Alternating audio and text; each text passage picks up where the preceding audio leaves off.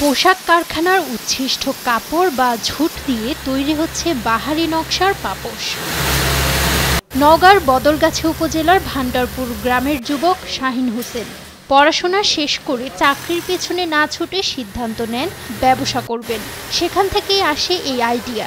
ঝুট কাপড় কিনে 12টি মেশিন দিয়ে শুরু করেন পথ চলা। পড়াশোনা শেষ করে কি করব, চাকরি পাইনি। পরে অনেক চিন্তা ভাবনা করে এক বড় ভাইয়ের পরামর্শে এই প্রতিষ্ঠানটি আমি মাত্র 12 জন শ্রমিক দিয়ে শুরু করি।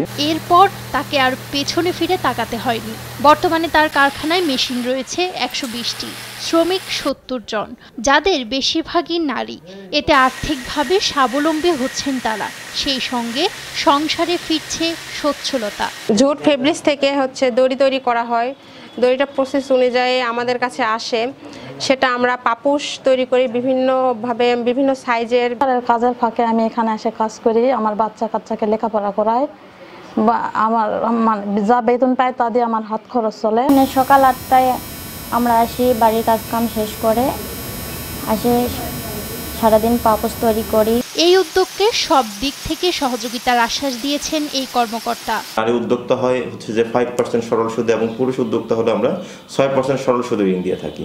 এর বাইরেও আমরা যেটা করি, যদি প্রোডাক্টের তারা মার্কেটিং করতে চায়, যদি কোনো জায়গায় ব্র্যান্ডিং করতে চায়, সেক্ষেত্রেও আমরা কিন্তু সুযোগ সুবিধা দিয়ে থাকি। এই শিল্পকে এগিয়ে নিতে বিদেশে রপ্তানির ব্যবস্থার পাশাপাশি সরকারের পৃষ্ঠপোষকতার দাবি সংশ্লিষ্টদের।